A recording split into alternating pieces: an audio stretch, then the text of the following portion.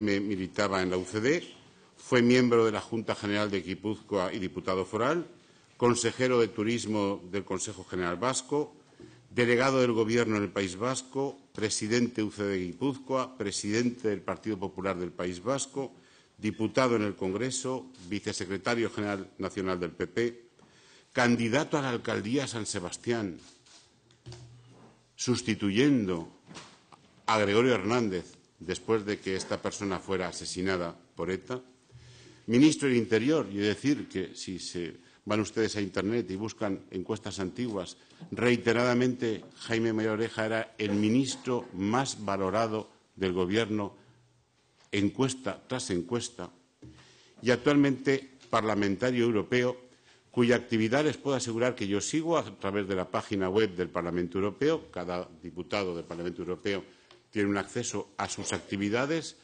las preguntas, demás actividades parlamentarias que propone, y les puedo asegurar, lo pueden comprobar ustedes cualquier día, que la actividad de Jaime en el Parlamento Europeo es infatigable.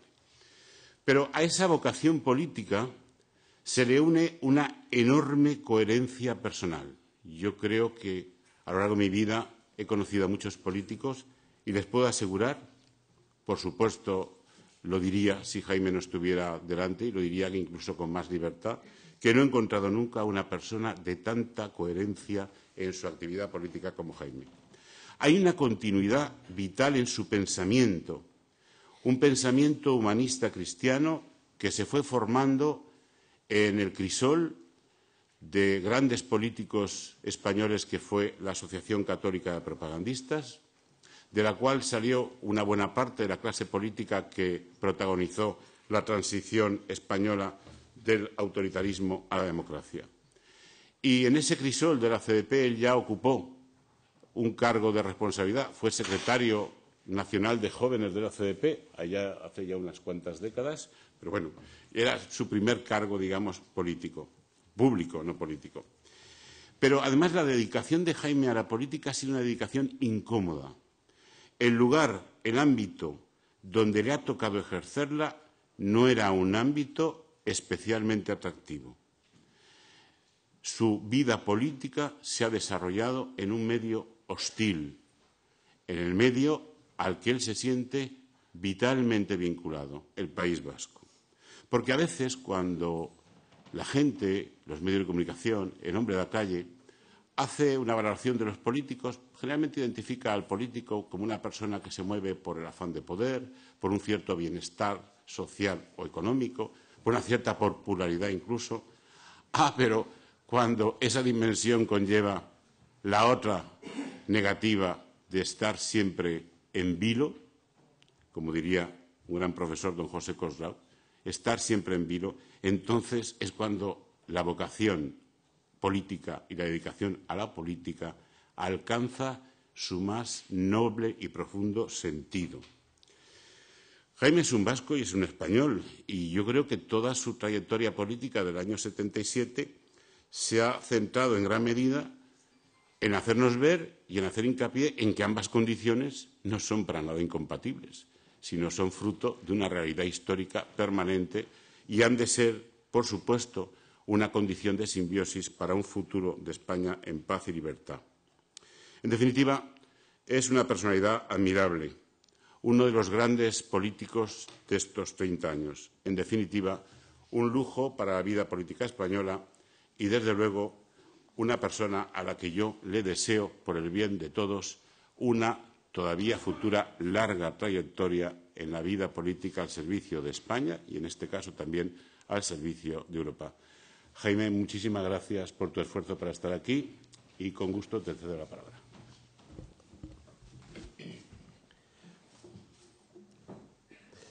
Excelentísimo y reverendísimo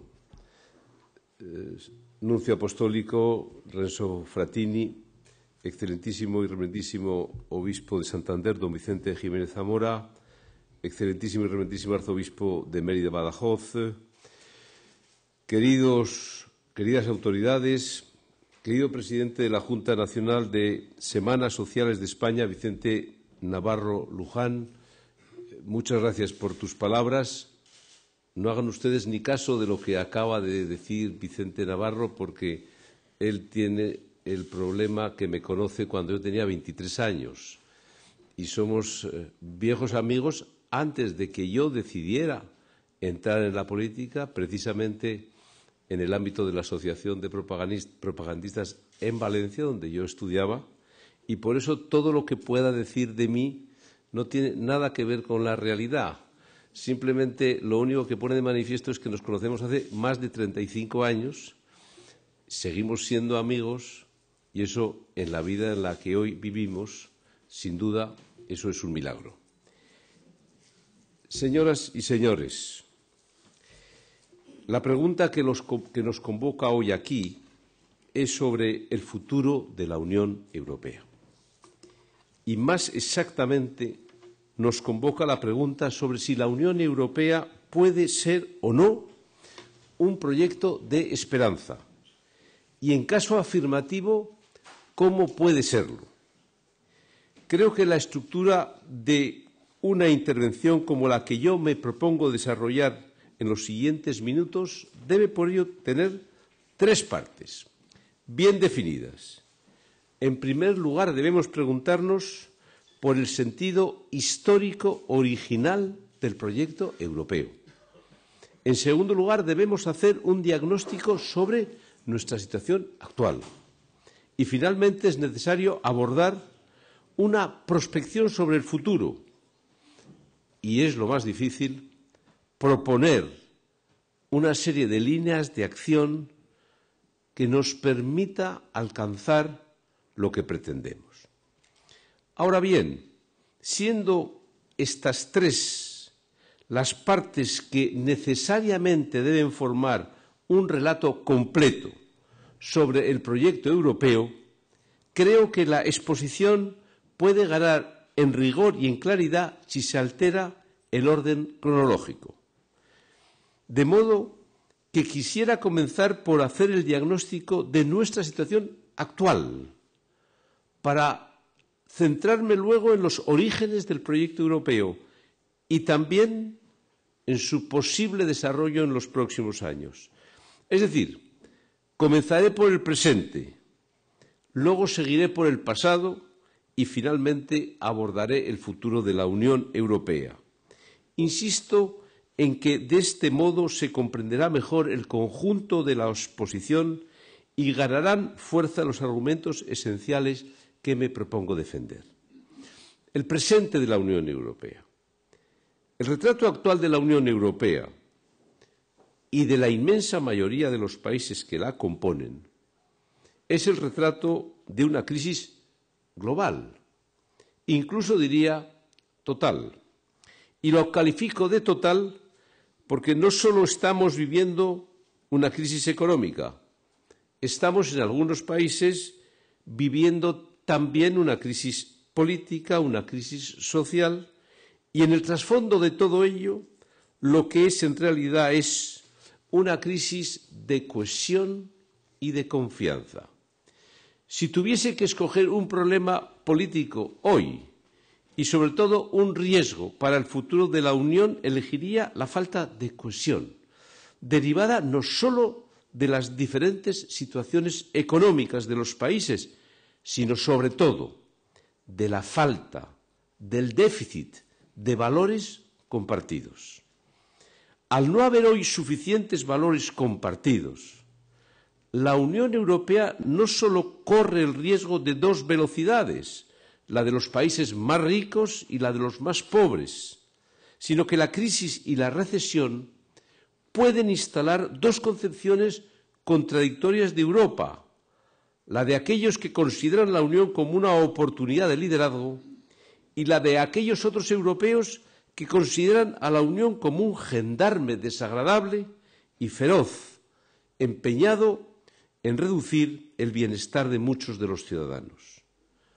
No me detendré en el retrato en superficie de lo que sucede hoy en la mayoría de los países, ni en lo determinante que pudiera ser en esta visión superficial el resultado de las inmediatas elecciones francesas previstas en su primera vuelta para el domingo.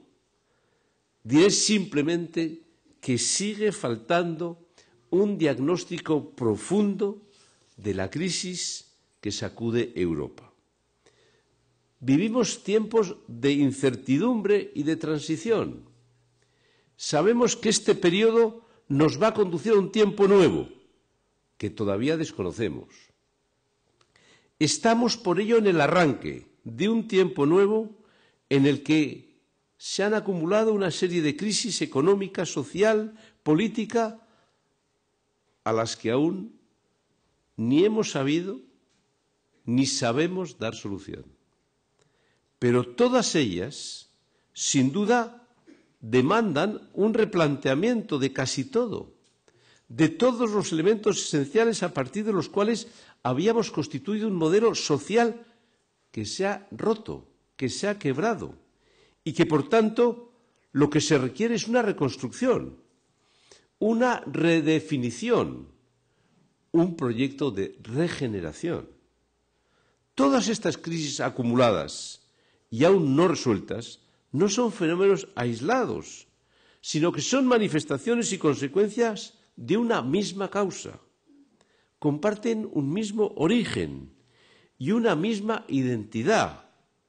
La profunda crisis moral, de conciencia, en que se ha asumido durante los últimos años el modelo social occidental, en el que valores son debilitados primero y sustituidos después por una serie de contravalores a los que luego me referiré.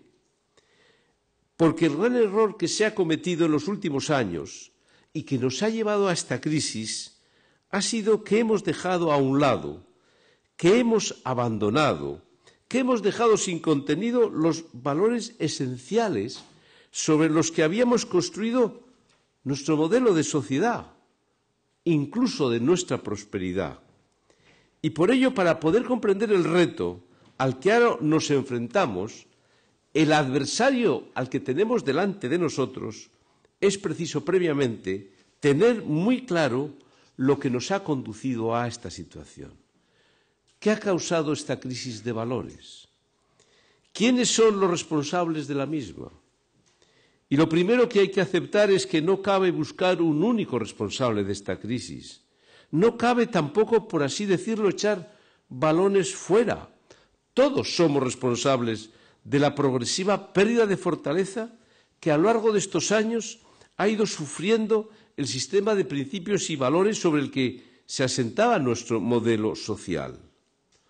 A lo largo de los últimos años, el bienestar del que hemos disfrutado, la prosperidad económica, nos ha llevado a todos a un exceso de autoconfianza, a una cierta indolencia, a una comodidad colectiva.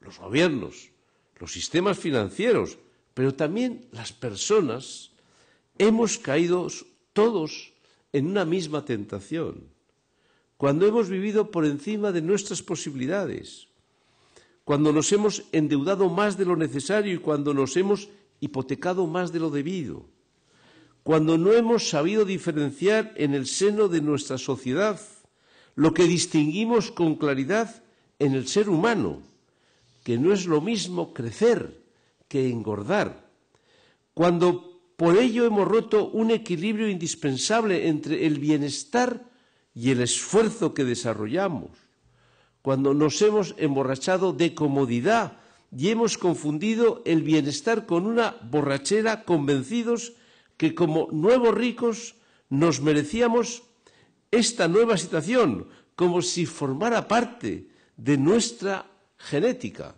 de nuestra herencia, cuando hemos perdido el norte y nos hemos orientado con el todo vale, con tal de que yo gane más dinero y aparentemente yo viva mejor, estamos hablando de algo más profundo que una crisis económica y financiera. Estamos hablando de una crisis de valores, de una crisis moral, de una crisis de conciencia. Y todo ello ha sucedido por dos razones fundamentales. En primer lugar, porque todos, gobiernos, economistas, ciudadanos, abandonamos la verdad como un criterio orientador de nuestras acciones. Se abandonó la política verdad. Nos hemos apoyado en demasiadas ocasiones en la mentira para hacer política, para no diagnosticar la verdad de lo que tenemos delante. Cuando se abandonó la economía verdad para dejarnos arrastrar a un escenario ficticio, a una gran mentira, que nos resultaba tan cómoda como atractiva, que nos hacía disfrutar de una aparente prosperidad infinita e inagotable, y que no era más que una gran mentira. Pero es que en el trasfondo de esta actitud hay un segundo elemento de fondo que nos ha llevado a la crisis de valores que ahora sufrimos. Y ese elemento ha sido la generalización de un modelo social basado en esa dañina cultura del todo vale. Porque efectivamente a lo largo de estos años ha calado profundamente en nuestra sociedad una peligrosa cultura consistente precisamente en no creer en nada, o en casi nada, o en creer que no hay obligaciones, o en enaltecer una actitud asentada en el mínimo esfuerzo. Y ello nos ha llevado como sociedad a convencernos de que el bienestar y la prosperidad que disfrutábamos era algo que merecíamos porque sí, que nos venía dado de manera natural, sin necesidad de ningún esfuerzo especial, ni compromiso, ni responsabilidad, ni sacrificio por nuestra parte.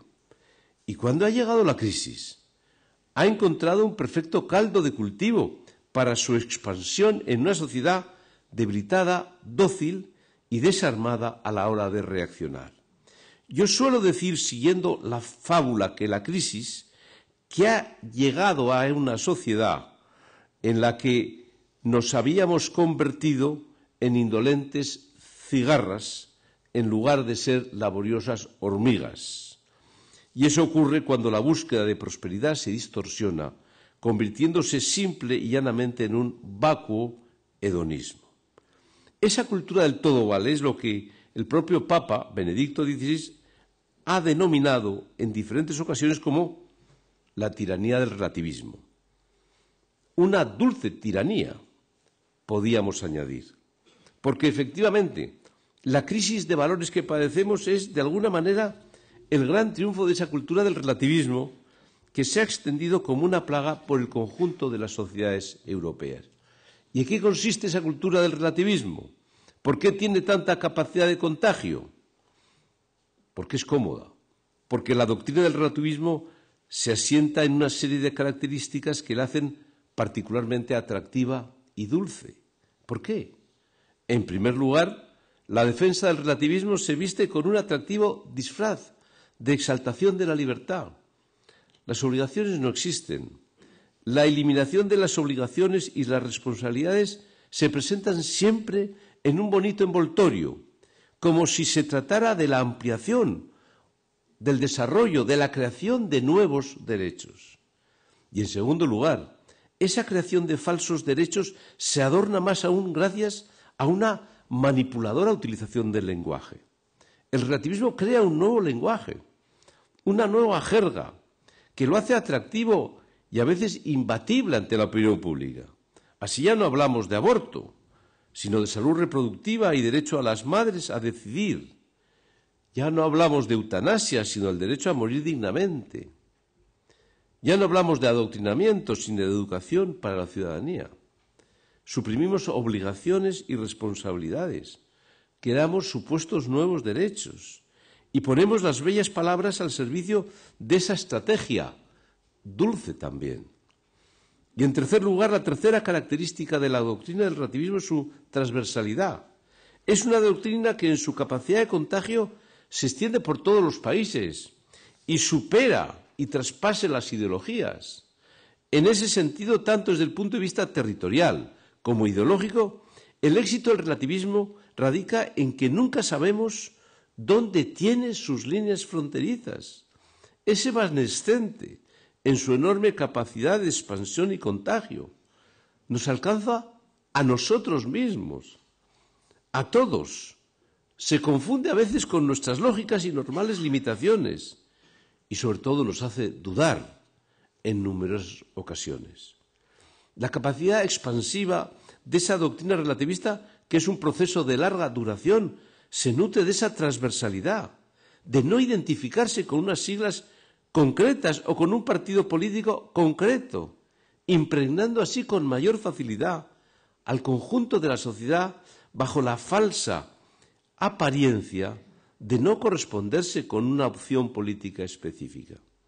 Y esta es la doctrina que impera en la Europa de nuestros días. Un proyecto que ha buscado de manera permanente vaciar el contenido auténtico de los derechos humanos de aquella Declaración de Derechos Universales de 1948 para sustituirlos por falsos nuevos derechos.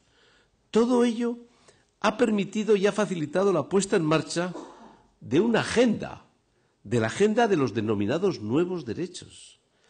Esta ha sido la respuesta a esa progresiva y creciente comodidad en la que nos hemos deslizado en las últimas décadas.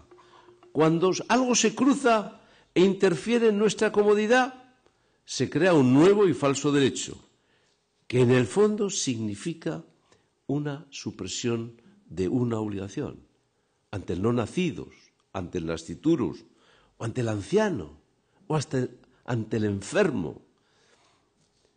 El aborto y la eutanasia, en el fondo, son supresiones de obligaciones que tenemos con personas, con seres humanos. De lo que se trata es de emancipar, entre comillas, al ser humano de su propia naturaleza. No se trata de aceptar y de prolongar esa naturaleza como hacen los verdaderos derechos humanos. No, se trata de emancipar al ser humano de su propia naturaleza. Es decir, se trata de deshumanizarlo, de forzarlo a ser lo que no es. Esto es lo que sistemáticamente nos propone la agenda de los nuevos derechos en el plano moral y crecientemente en el plano biológico. No es que actuemos conforme a lo que somos, sino que desafiamos lo que somos.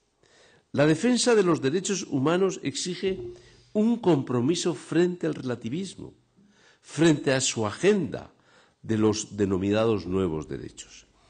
Por duro y difícil que esto sea, porque es desagradable y complicado enfrentarse a una moda dominante, a una comodidad exagerada y por ello casi imbatible. De la misma manera que habrá que hacerlo con los fenómenos extremistas que están surgiendo y surgirán como elemento de sustitución y de reacción frente al relativismo que hoy padecemos. Antes decía que todos tenemos parte de culpa de la actual situación y nuestra propia culpa parte del hecho de que no hemos sabido, no hemos sido capaces de presentar resistencia frente a los defensores del relativismo, porque hemos permitido que los voceros del relativismo hicieran más ruido que nosotros, porque hemos permitido que nos callaran, porque nos hemos dejado llevar por una moral de derrota, porque hemos permitido que de alguna manera nos acomplejaran, haciéndonos creer que defender unos determinados valores era algo trasnochado, cavernícola, propio de otros tiempos.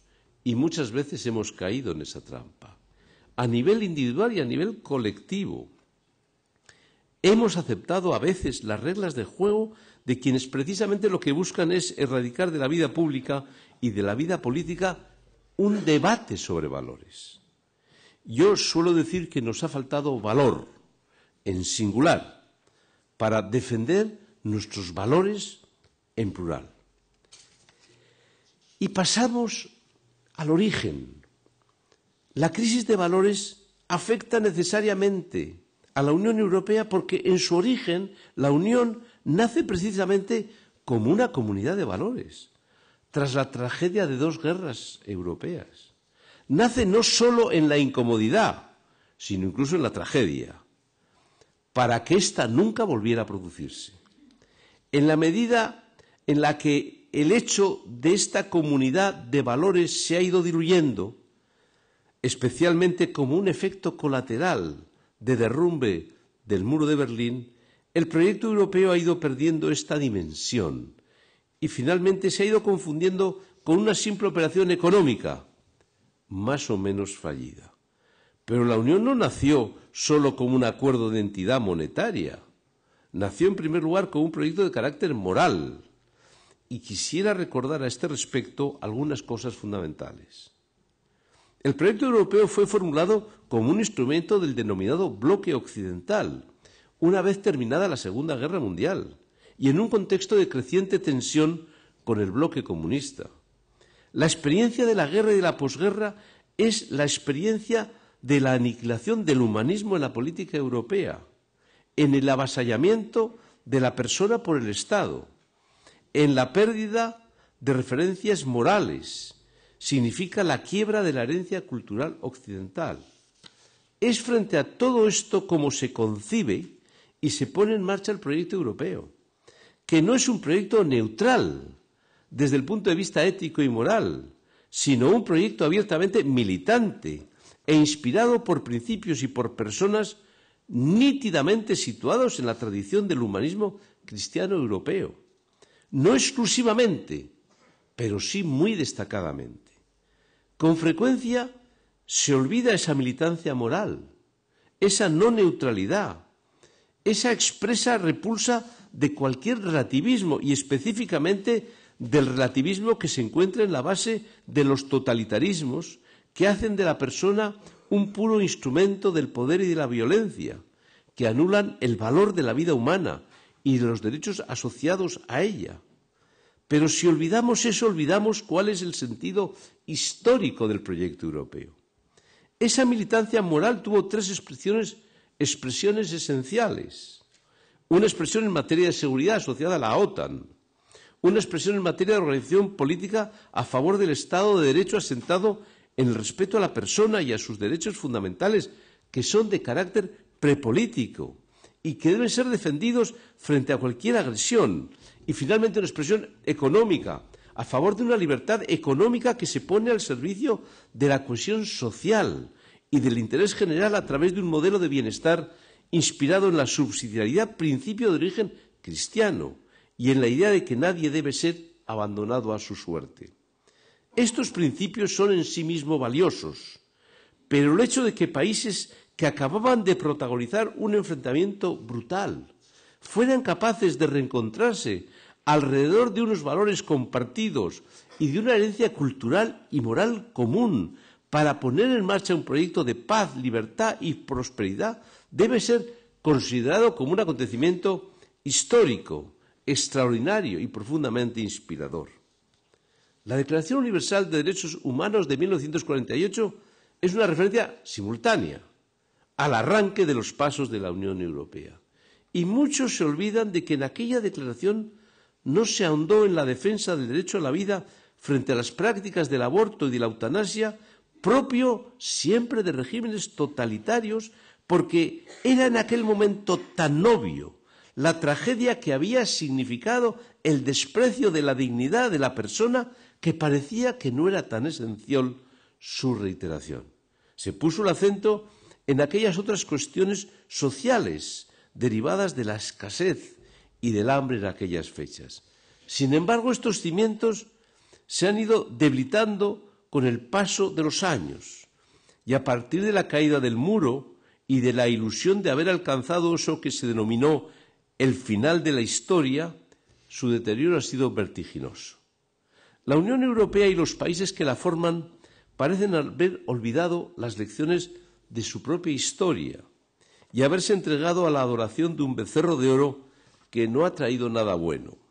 Se ha producido un desistimiento moral que ha generado una mutación del genuino proyecto europeo, que era cultural, moral y económico, y que ahora parece ser ya no solo económico, sino solo monetario.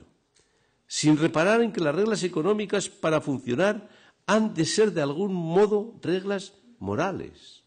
Lo que vivimos no es un problema de técnica monetaria, sino un problema de vaciamiento profundo del sentido que debe tener el proyecto europeo y las reglas que lo rigen para ser comprendido, querido y apoyado por la opinión pública. La utilidad, el abuso del mal menor, el pragmatismo, la esclavitud del político a las encuestas de opinión nos alejan, sin duda, de aquel significado moral de la Unión Europea. La cuestión es que se ha pretendido hacer del proyecto europeo algo útil, cuando en realidad lo que tiene que ser es algo bueno, más aún cuando su utilidad ha de medirse por servir a su bondad, nunca al revés. Porque en caso contrario la pregunta que nos asalta de inmediato es esta: ¿útil para qué? Y eso en el fondo es la formulación de un porqué que no se puede responder si no es mediante la afirmación de valores y principios. Si el porqué del proyecto europeo se desvanece porque se desvanecen sus fundamentos morales, entonces lo que se desvanece es su futuro, su sentido final. Los europeos hemos dejado de sentirnos herederos del pasado y responsables del futuro. Hemos decidido vivir al día, sin más. Hemos dejado de desear la continuidad de lo que es nuestro y de trabajar para hacerlo posible. Esta es, en mi opinión, la razón de que, desgraciadamente, tengamos que hacer el diagnóstico al que me he referido con anterioridad. Estas son las causas profundas. La crisis del proyecto europeo es una crisis de valores, porque el proyecto europeo en su origen es un proyecto concebido alrededor de valores que se están perdiendo. Y el primero de esos valores es la verdad. A lo largo de estos años todos hemos cometido errores. Todos nos hemos instalado en una gran mentira. Los gobiernos se instalaron en la mentira de creer que el gasto público podía seguir creciendo sin límite más allá de la sensatez. Los sistemas financieros se instalaron en la mentira de la especulación y el riesgo. Y nosotros nos instalamos en la mentira que es endeudarte por encima siempre de tus posibilidades. Y la consecuencia de todo ello ya lo conocemos. Todos abandonamos la verdad. Abandonamos la verdad en la política y en la economía. En la política estamos viviendo ya la transición de la mentira a la verdad. En la política aún todavía no estamos viviendo esa transición, porque la mentira siempre tiene más recorrido en la política que en la economía. Pero todavía no conocemos las consecuencias de lo que significará esta mentira en la política. Pero lo veremos y no tardará. Y hemos abandonado en ocasiones la verdad en nuestras propias vidas. Y por eso nos está obligando a vivir un doloroso tránsito, un doloroso viaje de regreso desde la mentira hacia la verdad. Y pasemos al futuro. Por todas estas razones, de cara al futuro no debemos creer que nos enfrentamos tan solo a un debate económico o a un debate político sobre el modelo de sociedad que debe surgir de esta crisis. Nos enfrentamos a un auténtico debate cultural, a un debate en el que hay que contraponer el modelo relativista de sociedad y mañana el extremista, a un modelo basado en la fortaleza del sistema de principios y valores que han aportado identidad y fortaleza durante décadas a las sociedades europeas. Recuperar el proyecto europeo será imposible si no recuperamos la claridad moral que le dio origen, si no recuperamos el porqué que lo inspiró, si no recuperamos los valores y el legado cultural alrededor del cual se fundó y alrededor del cual pueden reencontrarse los Estados europeos. Necesitamos recuperar pronto el norte que hemos perdido. Y para ello el primer requisito es entender que los valores están por encima de las ideologías políticas. Los valores son principios que deben compartir el conjunto de la sociedad, más allá de las ideologías concretas de cada uno. Hay que dar contenido a los valores auténticos frente al relativismo. El valor de la verdad, el valor del esfuerzo, de la superación, del compromiso, de la lealtad, de la fidelidad, del trabajo bien hecho, deben imponerse a la vacua cultura del todo vale y del mínimo esfuerzo. Debe, por eso, en los tiempos nuevos que vamos a vivir, imprimirse a la política una fuerte dosis de humanismo. La persona debe constituir el foco, el eje, el objetivo de toda acción política.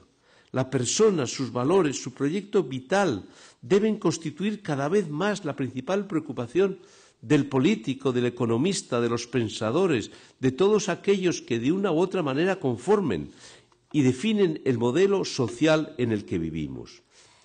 Hay que dotar de fortaleza a los conceptos vertebradores de la sociedad. Y con ello me refiero a valores como la familia, como el matrimonio. Porque la historia nos demuestra que todo modelo social que no ha tenido a la familia como su eje vertebrador ha estado siempre condenado al fracaso. Me refiero a valores como la educación, que es siempre el mejor instrumento para evitar las desigualdades sociales y la mayor fuente de oportunidades para el progreso de una sociedad. Y me refiero al valor de la nación, cuya fortaleza es indispensable a la hora de plantear, cuanto menos, una interlocución eficaz de cara a las relaciones exteriores, ya sea con otros Estados y ya sea en el seno de la Unión Europea. España tiene la dimensión mínima para influir en Europa, de la misma manera que la Unión Europea tiene la dimensión mínima para alzar la voz en el mundo. No son tiempos fáciles y precisamente por ello vivimos un momento fundamental, porque de lo que hagamos ahora va a depender de manera absoluta nuestro futuro más inmediato. La Unión Europea, ante el avance de la crisis, necesita redefinirse, al mismo tiempo simplificarse, recuperar sus raíces, devolver el prestigio a una cultura que ha sido y es referente en el mundo y, sobre todo, volver a ilusionar a todos los europeos, aportándoles referencias sociales mediante un proyecto de sentido y consentido. Y a partir de ahí, relanzar todas nuestras acciones con un nuevo espíritu de éxito que sustituye a la actual sensación de decadencia. Termino, por tanto, como comencé. La pregunta que nos convoca hoy aquí es sobre el futuro de la Unión Europea, especialmente sobre los valores de la Unión Europea. Y más exactamente nos convoca la pregunta sobre si la Unión Europea puede ser o no un proyecto de esperanza y, en caso afirmativo, cómo puede serlo. Permítanme, por ello, que le traslade al final de mi intervención 10 breves tests, 10 exigencias para la esperanza, 10 esfuerzos en los que he de decir que modestamente, muy modestamente, estoy comprometido, 10 líneas de acción que sin duda para mí son y serán determinantes para confirmar o desmentir esa esperanza. 1.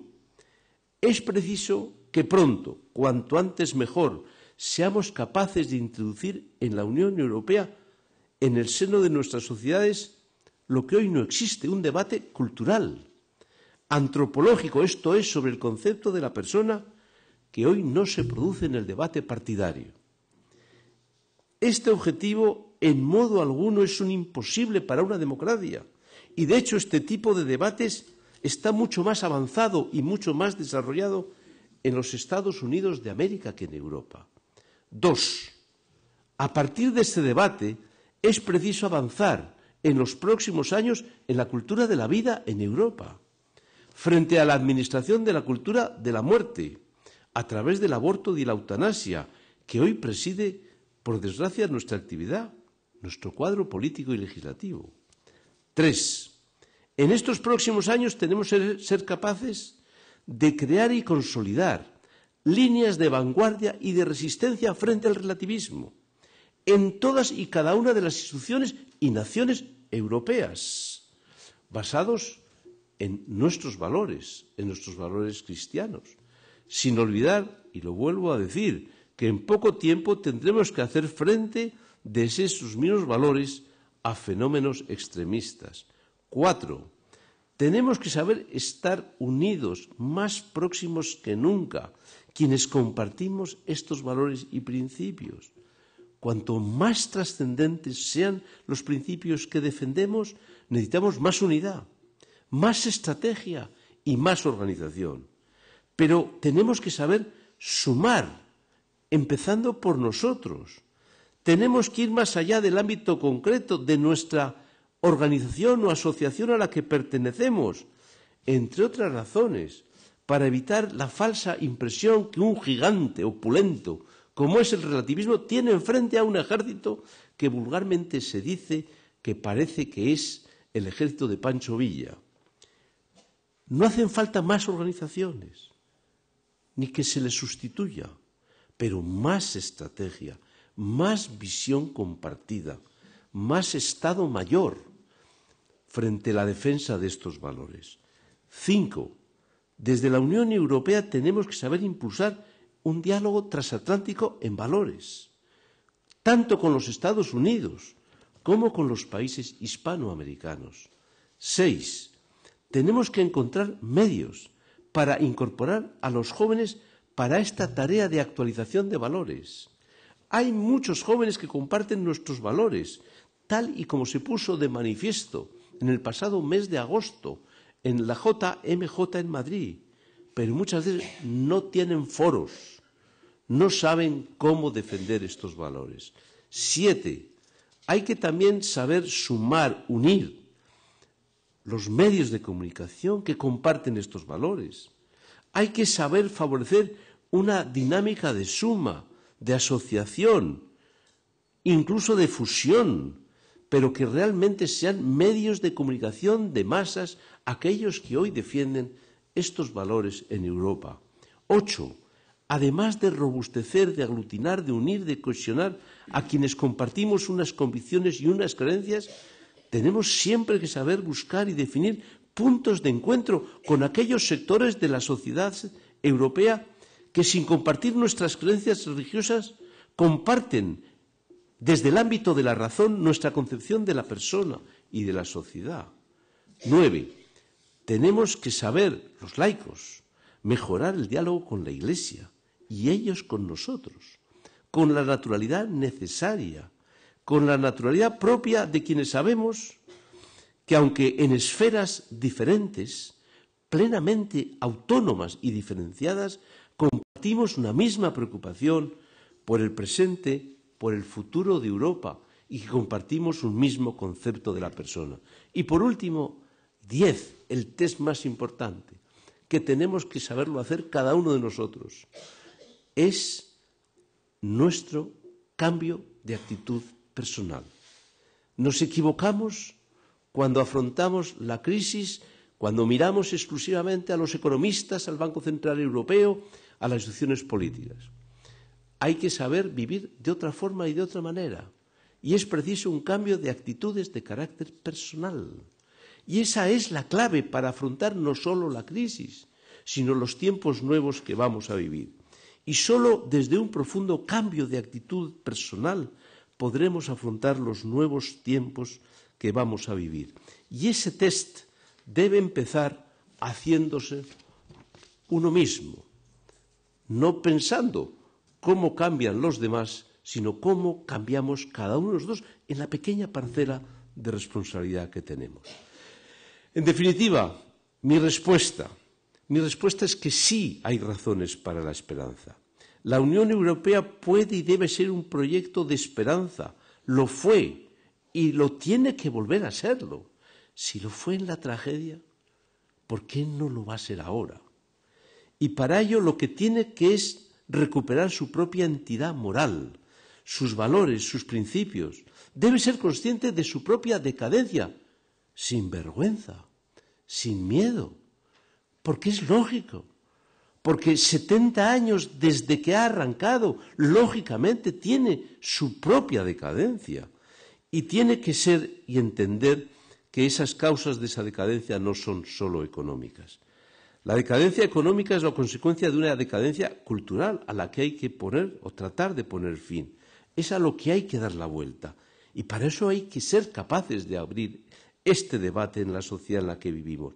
Por ello se necesita siempre lo que hoy no tenemos en Europa, un liderazgo a la altura del que hizo posible la fundación del proyecto europeo en los años 50 del pasado siglo. El liderazgo siempre nace en las tragedias, lamentablemente no nace en la crisis, pero tenemos que ser capaces, entre todos también, de favorecer ese liderazgo por ese cambio de actitud personal. Un liderazgo que se asiente en nuestro propio cambio de actitud personal, en convicciones sólidas, que se sienta legítimo y orgulloso heredero de una tradición cultural incomparable, que camino a hombros de los gigantes de la cultura europea y que no pretenda comenzar de cero a cada paso, que tome sobre sí la tarea de hacer no solo una sociedad guiada por el sentido de lo útil, sino guiada por el sentido de lo bueno, que es la única guía segura para cualquier sociedad.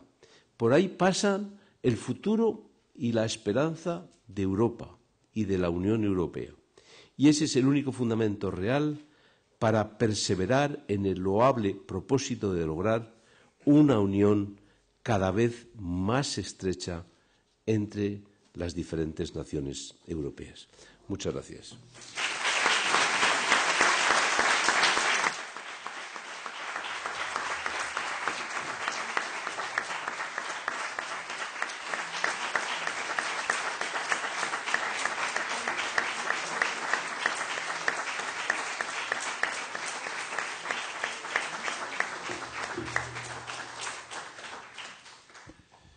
Querido Jaime, largo viaje de venida, largo viaje de vuelta, pero por lo menos para nosotros ha valido la pena.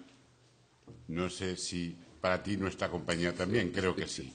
Un público expectante, atento y bien dispuesto a poner en práctica lo que nos has ido enseñando. Don Jaime tiene que volver otra vez a su punto de origen. Le agradezco muchísimo, le reitero nuestro agradecimiento en nombre de ustedes, de la Junta de las Semanas Sociales, este esfuerzo.